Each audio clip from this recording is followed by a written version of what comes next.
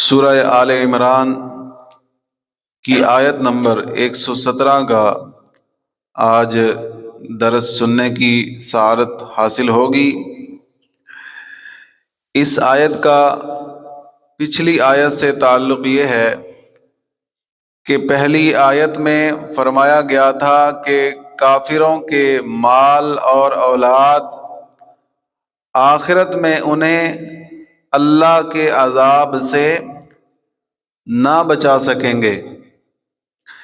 یہ ایک غیبی خبر تھی۔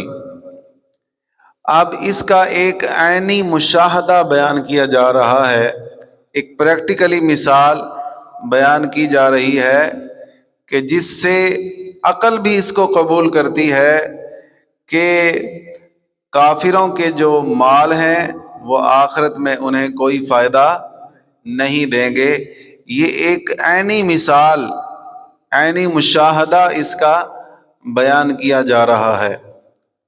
چنانچہ اللہ تبارک و تعالی نے ارشاد فرمایا کہ مثل ما ينفقون في هذه الحیات الدنیا، اس دنیاوی زندگی میں جو خرچ کرتے ہیں اس کی مثال اس ہوا جیسی ہے جس میں شدید ٹھنڈ ہو۔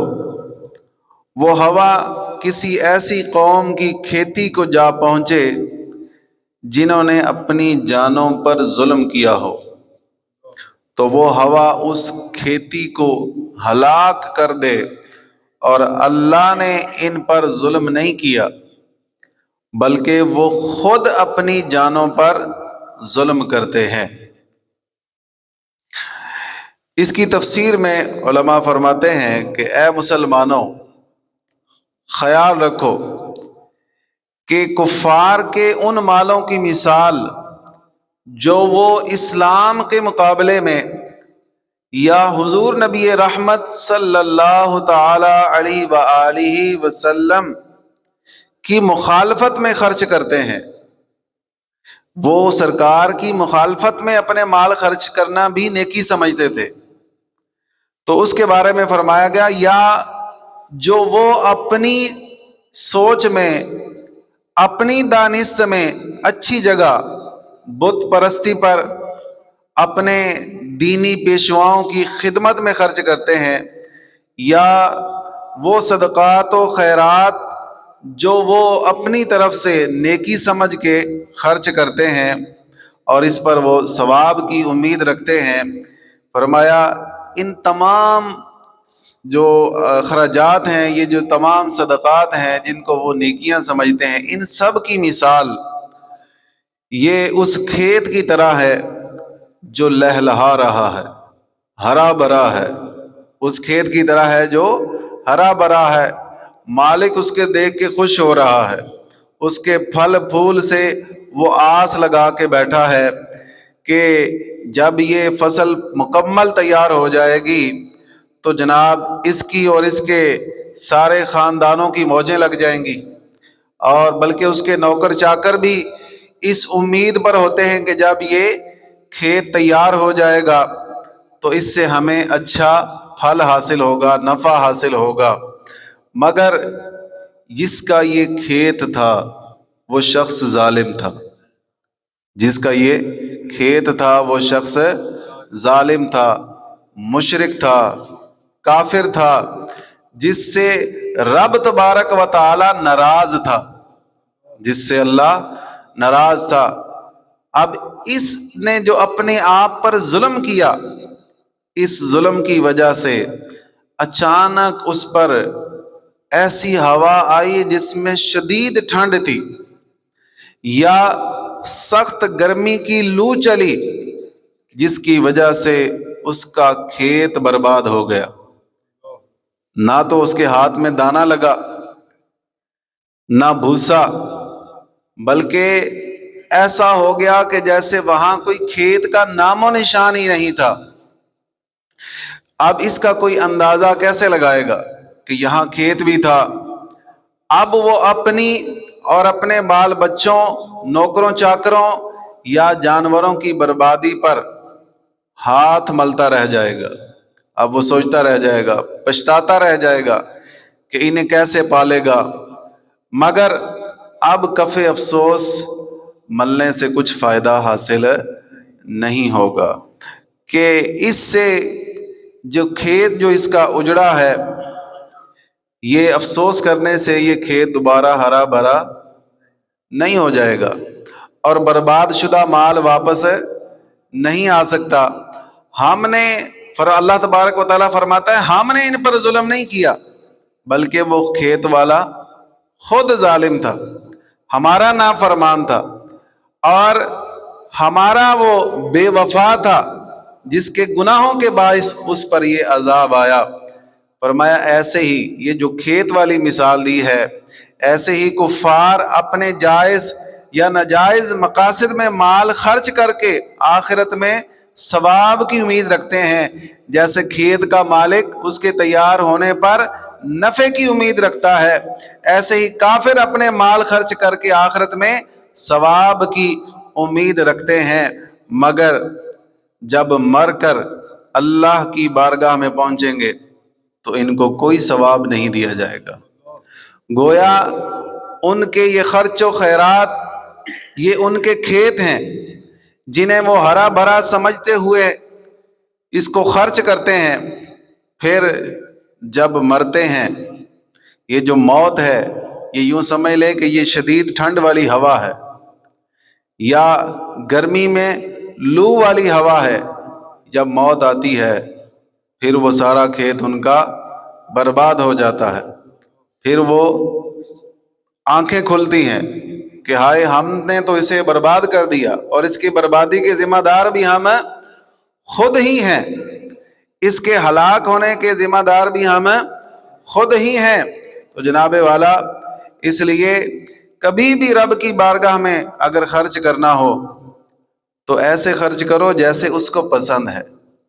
اللہ کو خرچ کرنا کیسے پسند ہے؟ کہ سب سے پہلے تو بندہ ایمان والا ہو، اس کے پاس دولت ایمان ہو، پھر وہ اللہ کی رضا میں خرچ کرے، لوگوں کو دکھانے کے لیے نہیں۔ جو ریاکار ہے اس کے خرچ کرنے کی بھی یہی مثال ہے۔ پھر وہ اللہ کی رضا چاہتے ہوئے خرچ کرے تو اللہ تبارک و تعالیٰ پھر ایک کے بدلے 10 عطا فرماتا ہے، ایک خرچ کرے گا 10 کا ثواب عطا فرمائے گا۔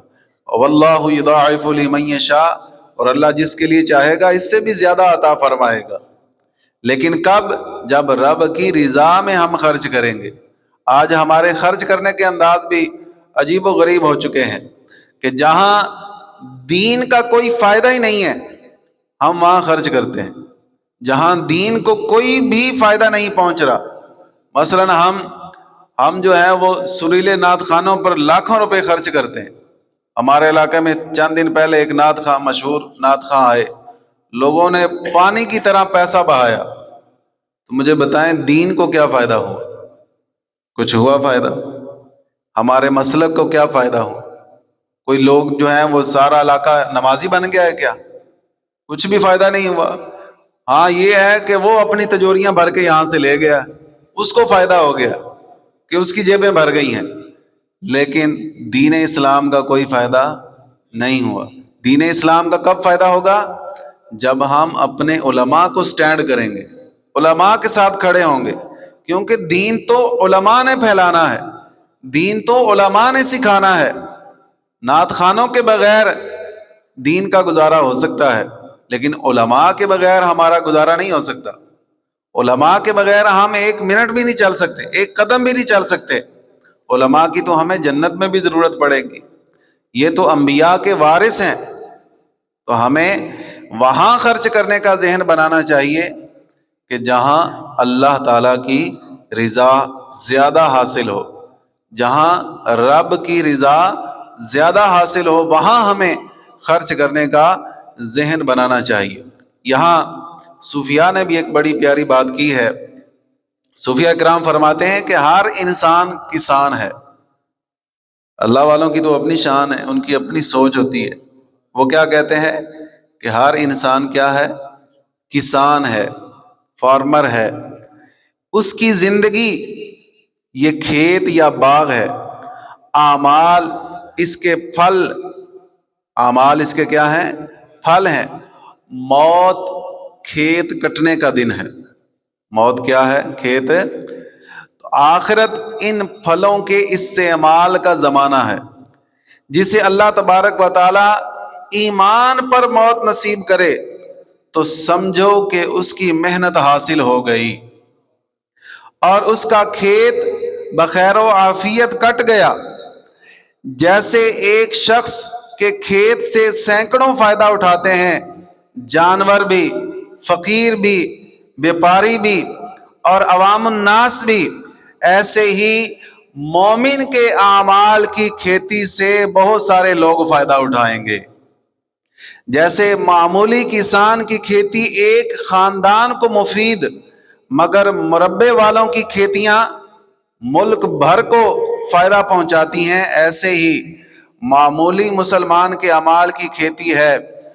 یہ جو معمولی مسلمان ہوں گے ان کی کھیتی کا فائدہ کم لوگوں کا ہوگا، لیکن جو انبیاء کرام ہیں، جو اولیاء کرام ہیں اور سید عالم صلی اللہ تعالی علیہ وسلم، ہمارے پیارے اللہ کے آخری نبی صلی اللہ تعالی علیہ وسلم ہیں، ان کی کھیتیاں کچھ اور ہی ہیں، ان کی شانیں کچھ اور ہی ہیں۔ انشاءاللہ ہم جیسے سینکڑوں گناہگار ان کے سوالی بھکاری بن کر مزے اڑائیں گے اور ان کی شفاعت میں ہمارا بھی بیڑا پار ہو جائے گا، ان کی شفاعت کے صدقے ہمارا بھی بیڑا پار ہو جائے گا۔ تو یہ صوفیاء نے کیسی کمال کی بات کی ہے۔ اللہ تبارک و تعالی ہمیں اس آیت کریمہ پر عمل کرنے کی، اسے سمجھنے کی اور اسے دوسروں تک پہنچانے کی توفیق عطا فرمائے۔ وآخر دعوایا ان الحمد للہ رب العالمین۔